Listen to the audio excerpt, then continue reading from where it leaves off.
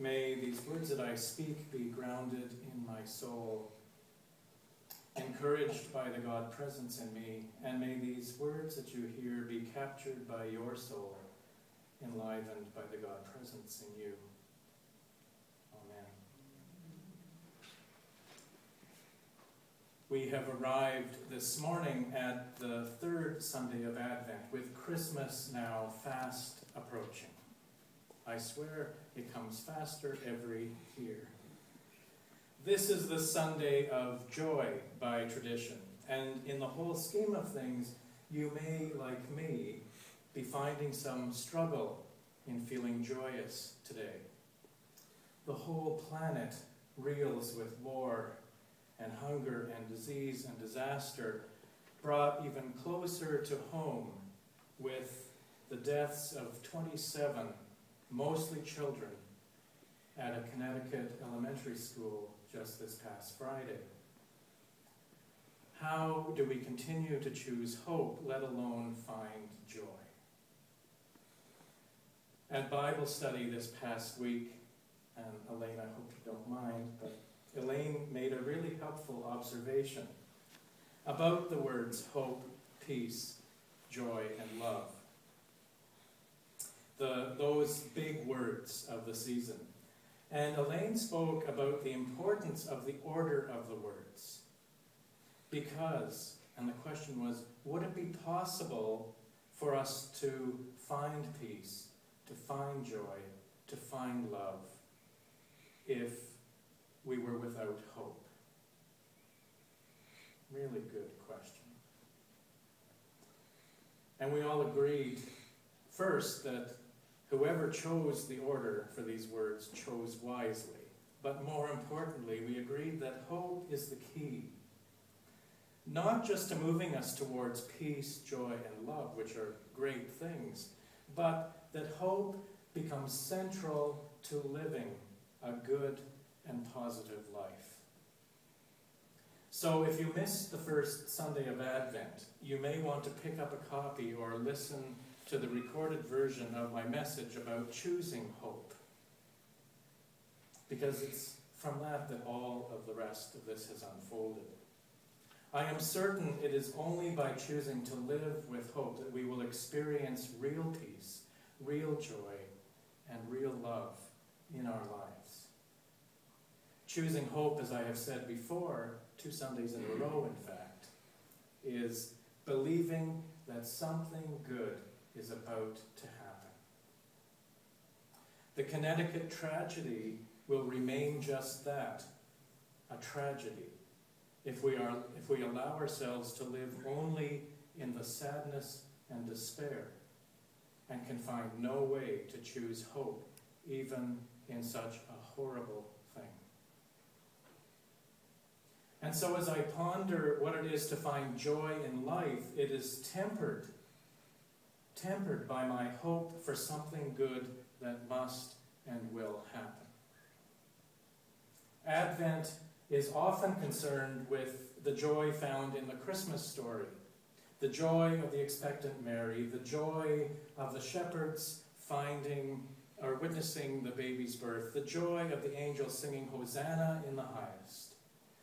And I see now that this joy is rooted in the hope of all of these story characters for something good that is about to happen.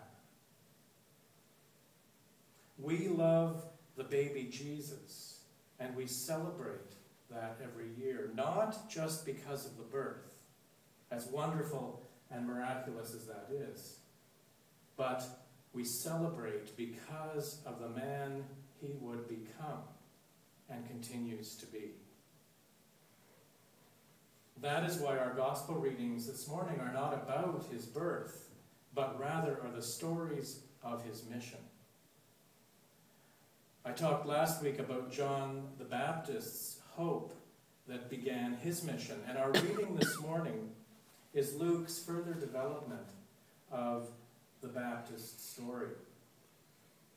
Joy is not explicit in this story, but I believe the questions the people ask of John as they choose baptism into a new way of life And you have to imagine that they're standing there in front of John in the water, about to embrace something completely different. And their question is, the regular crowd, the tax collectors, the soldiers, what should we do? What should we do? Underneath this simple question is a deeper question. How does our spiritual life become embedded in our day-to-day living? For too long, religion has demanded that we separate out our spiritual life from our sensual life. We are left feeling that we don't ever attain what God expects of us as spiritual beings. And we have learned to feel guilty about any sort of sensual pleasure that is a big part of our day-to-day living. Things like good food, a beautiful painting, a box of chocolates, and especially our sexual nature. And so when I look at what it means to have joy in our lives, I want to explore the place and importance of pleasure in growing our spiritual life. I believe that pleasure is an important part of what it means to be human and to live full and rich spiritual lives. It cannot be separate. I believe religious people often split sensuality from spirituality, assuming that the only choice is to be ascetic or hedonistic. What we need to find is what Jesus lived in his own life, a balance between the two. This is where, if we can believe the accuracy of the story, that Jesus rises above the Baptist. John is portrayed as an ascetic. He doesn't eat bread and wine,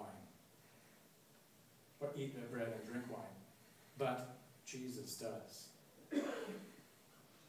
Thomas Moore, in his book Writing in the Sand, says this: Jesus valued the simple pleasures, like friendship, which over the centuries he and his followers placed among their highest values.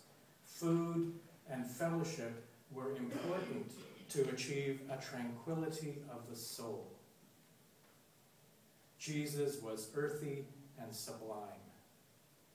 The Gospels show him living a life enjoying his friends and rejecting wealth as a preoccupation. It seems that for Jesus it was about moderation, but pleasure was an important part of his life and relationships. This is why there are so many stories of Jesus eating with people, gathering at tables with all manner of folk. Jesus understood that the human experience of sensual pleasure is as much a part of what it means to be in the kingdom as spiritual contemplation. One of the most significant things that we do this time of year is gather at tables to share special meals with friends and family. There is more to this, I believe, than simply tradition. Food is important for the soul. We have become a culture that too often sees food only as nutrition. And frankly, in some cases, I'm not even sure nutrition is a consideration. But it's about keeping the body alive and healthy. It is becoming more and more common for families not to eat together. Or if they do, it is in front of the television rather than around a table. But food and eating grows our spiritual life as well. Thomas Moore puts it this way: why else have festive family meals or lunch with a close friend or a romantic dinner in a special restaurant? You can get the chemicals no matter where you eat. But your soul may need ethnic food. a romantic atmosphere, or a meal full of memories. Mysteriously, food helps people talk and celebrate. Isn't it true? This is the kind of food Jesus honors as being essential to the life of soul and spirit. Food and friendship go together. This is what Sarah discovered in her conversation with that simple table in the children's story this morning. Food and friendship brought joy to her lonely soul.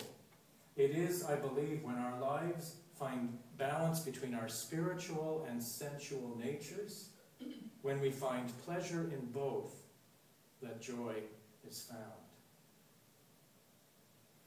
One of my favorite stories of Jesus comes at the very end of John's Gospel. Although it happens after Jesus' death, it harkens back to how the friends of Jesus experienced him in life. In the story, the disciples are out fishing, and as they return to the shore, they smell a charcoal fire on the beach. Jesus is bent over the fire, cooking them breakfast. Fresh bread and fish. He invites them to sit with him and share a wonderful meal. He doesn't talk about God. He doesn't teach them about how to live. He shares a meal. That's the story. In this simple, sensual pleasure, there is great joy. Taking pleasure in life is what Jesus calls us to. It is a call to life born in hope, even when there seems little or no reason to have hope. It is a call into all that it means to be human, attending both our spiritual and sensual needs. For me, finding joy in the simple pleasures of food and friendship is not escaping the world. And it is not separating ourselves from God. Rather, it is going deeper and deeper into the sacred preciousness of life here and now. I want to end with one final quote from Writing in the Sand, because I think Moore captures perfectly the sense of joy found in the life of Jesus. He says this: Jesus is able to live the tensions and contradictions of spirituality and sensuality. He can be completely absorbed in contemplation with God and then eat and dance with friends. Oh, that we might live like Jesus, choosing to live hope-filled lives that blossom with the fruits of joy.